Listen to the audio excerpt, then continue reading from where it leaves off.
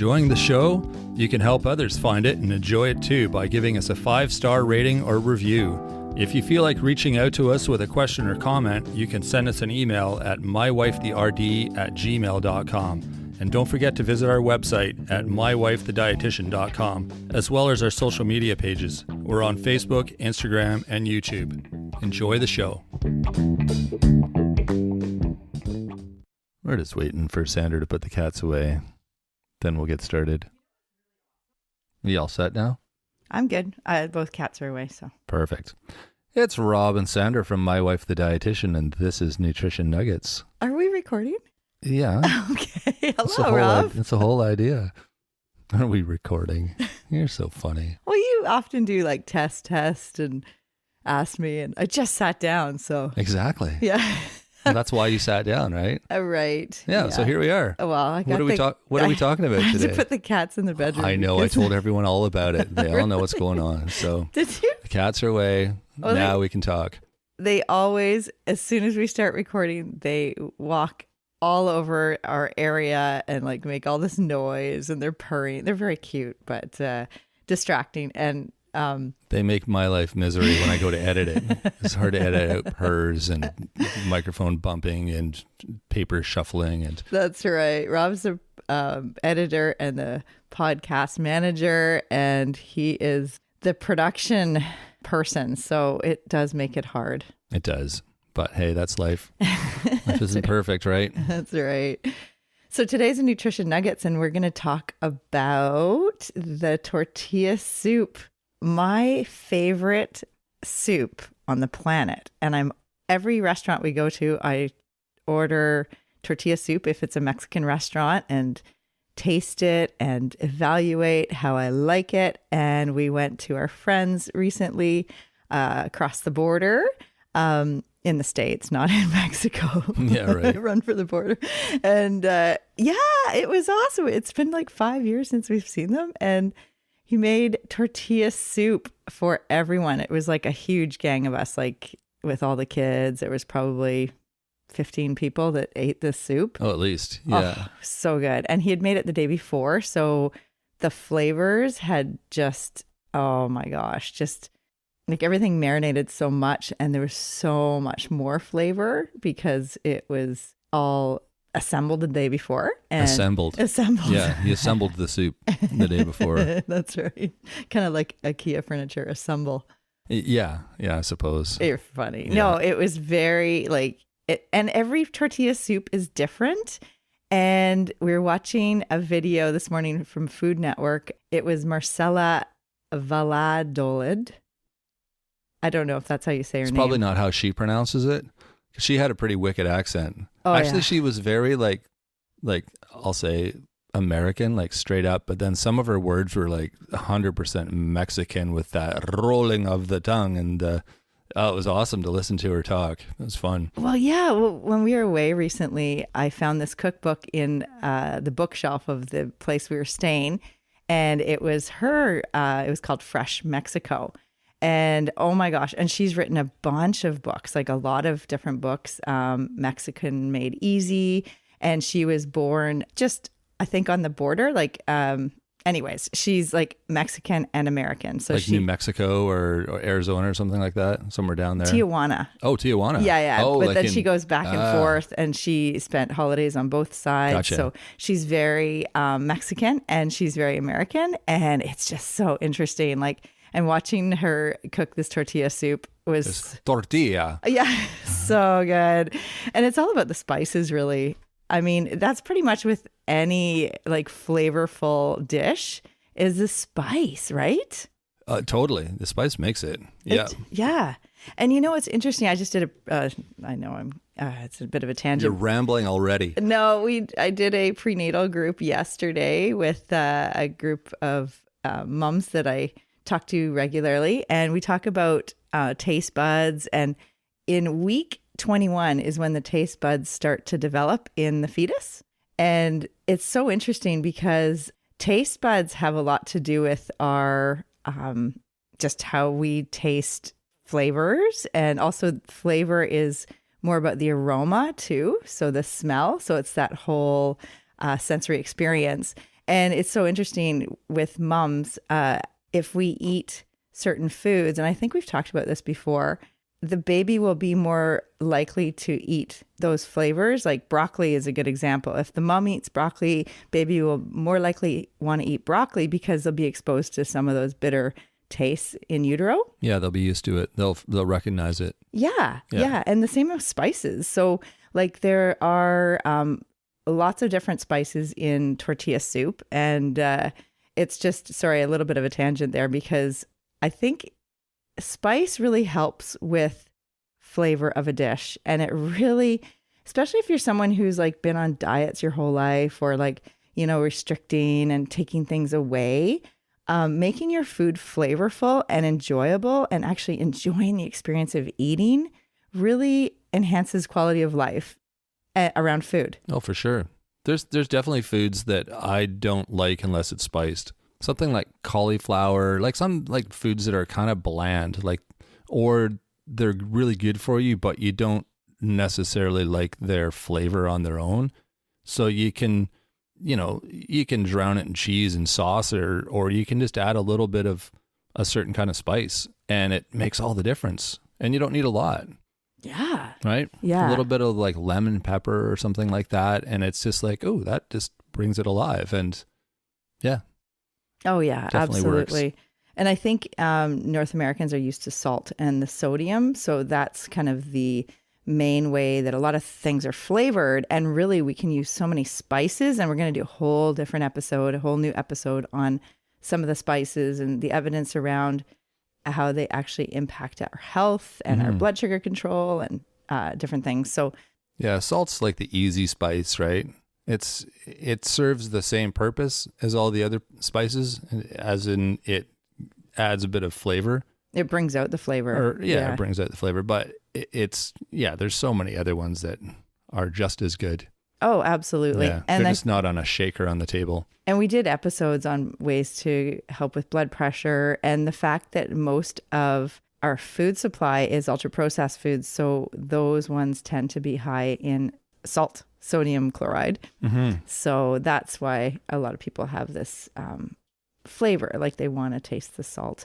So with the tortilla soup, it's so interesting. There's so many different variations, but the real thing I like is the topping at the end, the tortilla strips and the diced avocado and the cilantro and lime juice and maybe some crumbled cheese and some sour cream. Yeah, there's all sorts of things you can add to it. And it reminds me of chili in that there's a bunch of different ways it can be made and probably different traditions depending on where you're from, what your family recipe is, kind of how you grew up making it. So yeah, there's a whole bunch of different ways you can make it, but it's basically like a tomato based soup, right? Mm-hmm. And then it's got with chicken broth.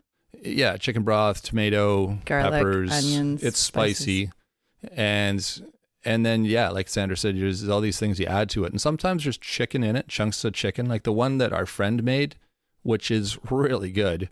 It had like fresh prawns. It had chicken. Sometimes there's beans in it. Yeah, black beans. Black beans. And then all the things that you add after you pour your bowl or you pour your soup in your bowl, and then you're going to add sour cream and cheese and maybe green onions and fresh avocado. And tortilla strips. Strips for the crunch. So those are all sort of cold toppings, and it's just a really cool experience, that whole soup. It's not like eating a bowl of chicken noodle soup where everything's hot and mushy. This is all different textures. There's hot, there's cold, there's spicy, and then the sour cream kind of counters the spicy, right? Mm-hmm. So it's a neat mix of flavors, and there's a lot of really powerful flavors in it too from the different spices. Yeah. And actually it's interesting because on the Food Network, the one we watched with Marcela cooking, Marcela. It was, there was no chicken. There was no prawns. It was pretty much blended, roasted red pepper, garlic, and onions that like she roasted those and almost blackened them and then put them in the blender and made it really chunky, like the texture of the soup was quite Thick. texture. And then she added the tortilla strips and the crumbled cheese and lime juice and sour cream. Actually, it was queso fresco, which is the fresh, like kind of soft cheese. Mm-hmm. And or you could use shredded cheese, but then Well, she said feta. like mild. She said a mild feta, Right. So for the probably a little bit of the salty flavor. Maybe, yeah. But she said it was the ultimate comfort soup I can see that. Yeah. because it's similar to broth, but it's so much body, and there wasn't any like big chunks of meat or prawns in hers. But that was kind of the foundational tortilla soup. And then you can add, like our friend did, like the black beans. So add some beans to that. If they're in a can, then you'd want to drain and rinse the beans first, and then you can add them right in there. And then chicken. So shredded chicken or chicken chunks, shrimp or prawns. And if you want to add some flavor, you could roast like she did the roasted red pepper, and then add that in there, roasted garlic and roasted onions. Also, you could roast those the prawns a little bit. So yeah, any of that would add more flavor to the soup. And some restaurants we go to, it's just like I'll go back over and over again to get that tortilla soup. Yeah.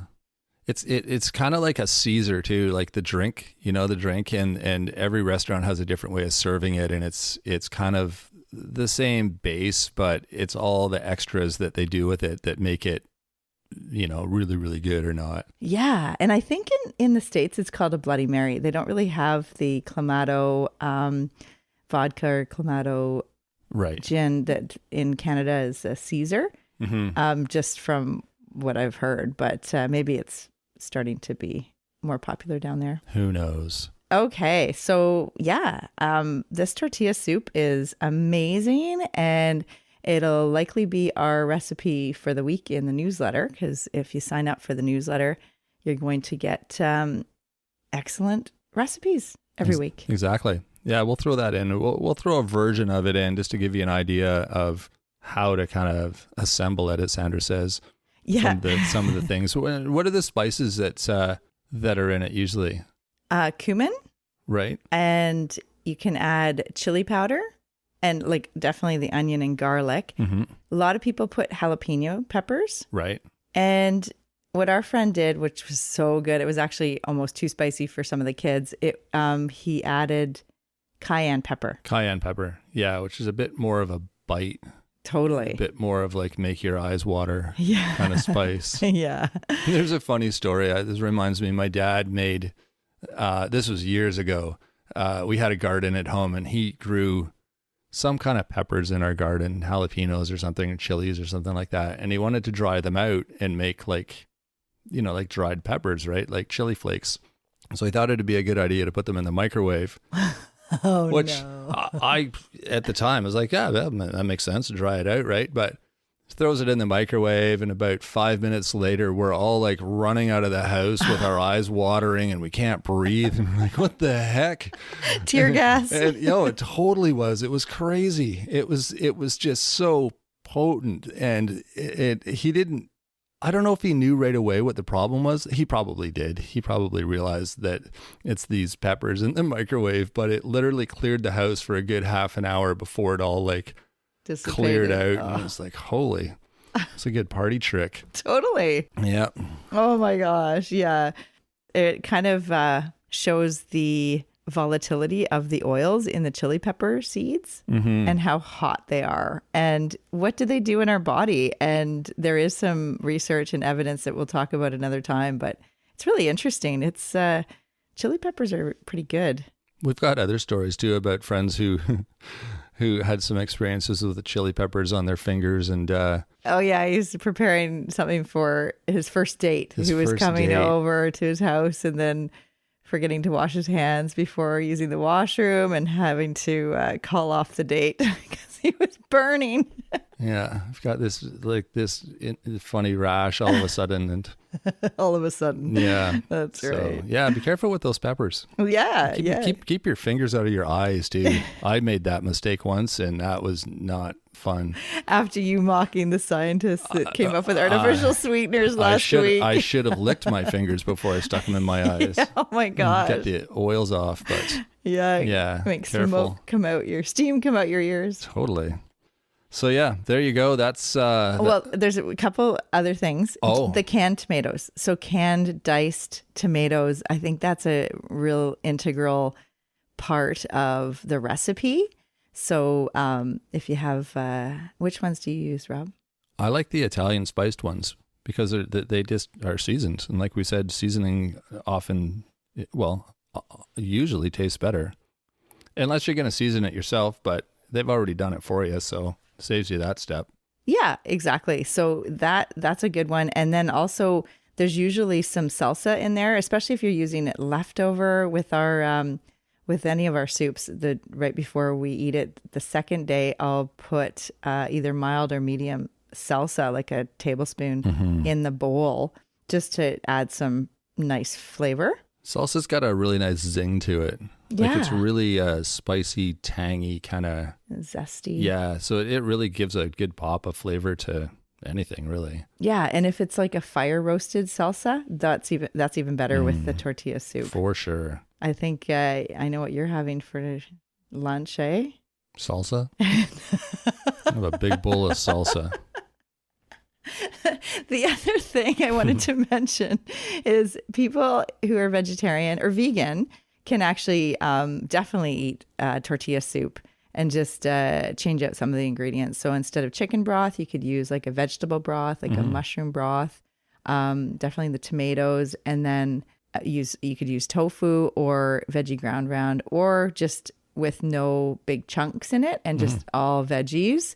And again, tons of flavor. And the beans. The black beans are really, most of the tortilla soup recipes I looked at, I have so many recipe books from I collect recipe books. So I have about, I don't know how many bookcases of recipe books. Many. So yeah, I wanted to check out a bunch of recipes, and they were all so different. It was so interesting to see. There's some common themes for sure, but a lot of them don't have prawns. Actually, I couldn't find one in a recipe book with prawns. So with our friend who made the tortilla soup recently, that was awesome with the chicken and the prawns. It's so delicious. Yeah, it was really good. Yeah. Really good. Yeah, really good. And a lot of them don't have black beans, but some of them do. And I always try to use, because, we're always talking about adding half a cup of beans to your day somehow. And so this is a good way to do it. So exactly. I'm putting them in my cereal now. You're so funny. Just want to start the day off right. I'm just joking. But maybe I'll try that actually, because it probably wouldn't be horrible. Oh, wow. That's, yeah, I'll right. let you know how that goes. Yeah. And we will do another episode on how to prepare beans. So, meaning like ways to use dried beans and canned beans, and just what you have to do in terms of soaking and boiling and all that for dried beans, because that's new to a lot of people, like just the whole procedure of how to get your beans edible. How to cook with, some different ideas, and that's a great idea. Right on. Well, there you go. That is a whole bunch of different things we discussed today, but all useful information. If you want some more information on useful things to do in the kitchen and around the kitchen and for your health and nutrition and all those things, check out our website. We've got an amazing blog on there with all sorts of great information. You can also join our newsletter. That's there's a link for that on the website. It's mywifethedietitian.com. And while you're there, you can send us an email. Let us know what you think. Say hi. Tell us where you're from. Tell us what you like to hear. All the things that you like about the show. We love hearing that feedback. We love hearing messages from people and some ideas for, what about this? Or this is happening, a health problem with a family member. And we will talk about it on the show, make an episode of it. Exactly. You can also visit us on social media. We're on YouTube, Facebook, and Instagram. You can comment there as well. You can message us through there as well if that's easier for you. And don't forget to rate and review the show. That's super helpful for us. It keeps the show kind of up there in the spotlight and it helps other people find it. And we all want everyone to be healthy, right? And speaking of that, you want your friends to be healthy. So you should share the show with your friends and your family and maybe with people you don't even know, because why not? So yeah, don't be shy. Share away. And there are people that I talk to and run into that don't really listen to podcasts, and that's fine. We're on YouTube.